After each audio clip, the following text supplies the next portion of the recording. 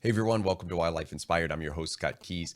Today I want to discuss what are the most appealing, visually appealing types of wildlife images. But more importantly, why are we afraid to shoot them? Right after this. So this video isn't going to be one of those technical videos or teaching videos. Every now and then I like to do these kind of thought-provoking or just opinion pieces, and this is going to be one of those, but I want you to bear with me because I think you're going to enjoy this. The premise is there are some images visually that tend to be more appealing, and I'm going to show you where this concept came from in just a second. But you've got to give me a thought experiment first. I'm gonna walk you through. You get 1 minute. I'm gonna walk you through a scenario, but I need you to visualize it. I just want you to honestly clear your brain. You can close your eyes if you like to, but just listen to what I'm saying and try to visualize the image that I'm portraying.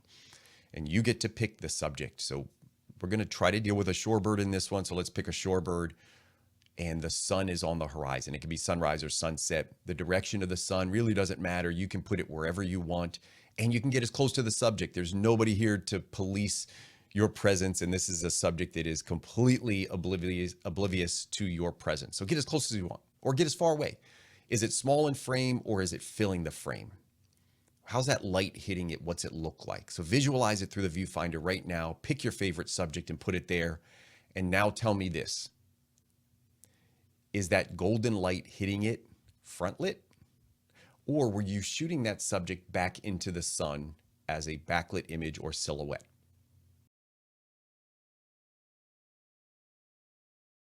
And how this all came about is I was hosting a tournament, and I host these tournaments on my social media site, so Instagram, and I invite images around a theme, and the theme was orange. So the wildlife images containing the color oranges. Or containing the color orange. And what I noticed is as the audience was helping me curate these images and as I was selecting images for this final 16 that you see here, there was this theme around backlit images. A lot of these were silhouettes or shot backlit. In fact, I think there's 10 or 12 images here that were all shot backlit. I thought that was really, really interesting, and it got me thinking about this concept. Are backlit images just prettier? And maybe some of this is because the color orange lends itself very well to this challenge. So yes, there's probably some of that. I did a little bit of exploration, some anecdotal research, none of this scientific, but I just scrolled galleries. I started to look through Instagram, and I just started to see what percentage of images, just sampling. Every couple of days I would just scroll through. It seemed to be that about 10 to 20% of the images that I saw in the wildlife categories were backlit, but about 80 to 90% were front lit. And then I looked through my own gallery, and the same thing held true. Even an experienced photographer, I've been doing bird photography for almost 10 years. Most of my images are still front lit shots, but it got me thinking, like, are they prettier? Like, are backlit images just inherently better to look at aesthetically? So before I go any further, what I want you to do is think about this and put it down in the comments. Do you think that there's something to this? Are backlit images just intrinsically more appealing to us? Or was it just this category that lended itself well to the color orange and therefore everything was skewed? But remember, I put images head to head against each other. So front lit against backlit, and invariably the backlit images started to win. Now, before I get into showing you just real quickly this contest that I did, I'm going to list all of the photographers down in the description. I may not be able to mention them all. I'll try to get a few names in here, and I'll definitely show you the winner. But we look up here, and I've got a barn owl. Beautiful barn owl, and that was quickly eliminated in the first round, even though it made the contest. This barn owl was gone in the first round. Had two front-lit images against each other, so that jay left, and we were left with this small in frame chickadee, but it had to go up against this bird, which was also backlit. On this side of the frame, I had one of the most beautiful images I've ever seen of a red-breasted merganser. Just an absolutely stunning image. That one actually did make it on. It was the only one that made it through and beat a backlit image. Had two backlit images up against each other here, two backlit images up against each other here, and then down in this insect and underwater category, I had a spider that advanced. So now when you get down to the final 8, we had 6 out of 8 images that were shot backlit. And in those games, the silhouette moved on, this silhouette moved on, this one actually got eliminated. And what I was left with, and I'll kind of put it over here so you could see, was a final 4 that consisted of these 4 images. And isn't that interesting? Out of all the hundreds of images that were submitted, The majority that went into the contest were backlit. The majority of the winners were backlit, and the final four were backlit. So of course the winner was backlit, and that winner was Alex Prettier. So I'll just show his image off. It's a beautiful. It almost looks like he's in a volcano. This little shorebird in a volcano, but really, really pretty stuff. So anyway, it got me to thinking. Number one, are backlit images just prettier? Number two, if they are at least equally as pretty, how come we only shoot them 10% of the time? And I've got a couple reasons for that, and I'll give you my thoughts. But down in the comments, you can give me your thoughts as well. So the first reason is the opportunities don't present themselves as much. So overcast days, backlit images aren't going to work as well. So you're really talking about sunrise and sunset. Now, most people do their bird photography or their wildlife photography at sunrise and sunset, not all the time, but sometimes given the equal opportunity to choose which direction you shoot, we often default to shooting front lit. I'll talk about that in a minute. So the first thing is just, we probably don't shoot it as much because the opportunities don't present themselves quite as much as they would to shoot front lit. So the other reason is we might be scared. In other words, a camera will tend to expose properly when you shoot front lit with the sun at your back. Even side lit images, you're probably going to get a decent exposure on your subject.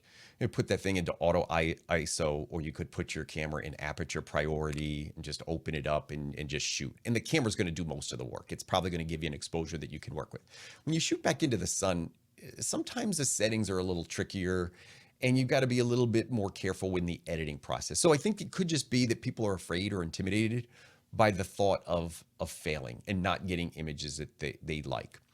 Now, another reason I think we tend to shoot front lit is, especially with bird photography, a lot of bird photographers start with a love of birds and want to document those birds. So in other words, they want to show the feather details and the colors and the identifying features.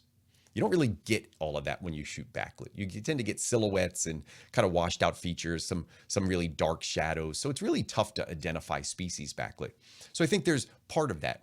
While there are some true photographers that might have been doing this for years and years and years, that start to gravitate towards birds as one of their subjects or their subjects, for bird photographers, I think often it's the other way around, and we get really hyper focused on the subject, and we want to show the subject rather than show art or maybe habitat. These backlit images as art, I believe, are much easier to hang on a wall. So they have colors that resonate. The scenes tend to be really pretty. And anytime I think about documentation of a species versus art, the art tends to include a lot of color for me. Not always, because there's minimalism and there's black and white and there's all kinds of stuff. But for me, I like wildlife that has some really nice color to it. Another reason I thought about is, given that most wildlife photographers are hobbyists and doing it maybe in limited time, is that a big part of this? Is it just time? Let me tell you how I used to shoot birds at the beach. I used to have to drive 2.5 hours to the beach. I still do. I mean, I didn't move. So 2.5 hours to the beach, but I used to go there a lot more often. But still, even though I was going a couple times a year, I really felt like, gosh, if I'm driving 2.5 hours, I got to hike out on the beach. I've only got 15 or 20 minutes of perfect light. Do I want to take a chance and come home, spending 6 hours, 7 hours of my day? Do I want to come home with nothing? And what I noticed is I was defaulting to front lit shots. And I'll show you some examples of this in a minute.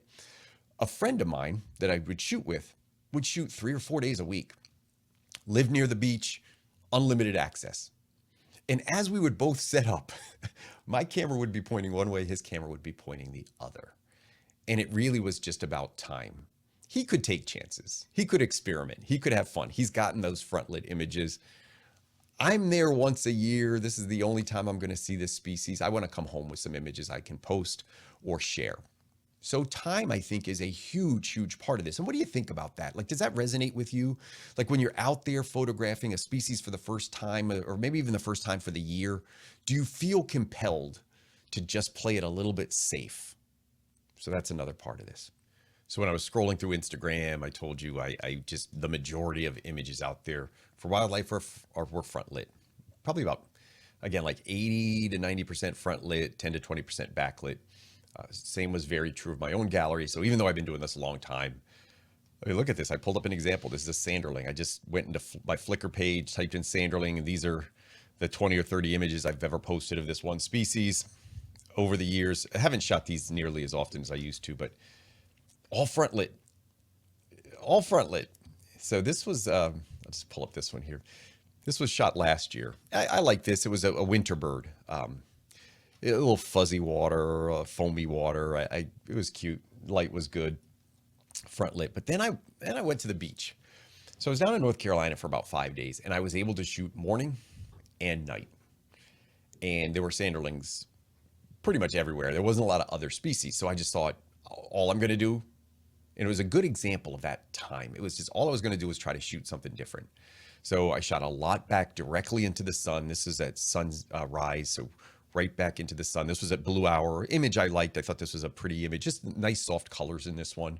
And then something like this, which had mixed light, so the sun was coming up, but the sea, the foam was still in shade, so it's really cool there. But the sun just coming over the horizon is lighting up that little patch of water, and the sanderling's got his head built in there, or dug in there. So you can see, like, the species identification isn't really critical here, but I thought this was a really pretty image. And if I look back at, which of these images, first of all, I wouldn't put any of these on my wall, but which would I be more likely or more inclined to? It would probably be one of these, backlit images, or one of these soft light images. So it just got me thinking, this video was just about, why do we not shoot more? What stops you from doing it, especially if you're entry level? Are you more curious to try it? Do you agree aesthetically that often these backlit images are aesthetically more appealing? Or is it, and again, I get that a great frontlit image is always going to be better than a bad backlit image, but I'm just kind of a generalization.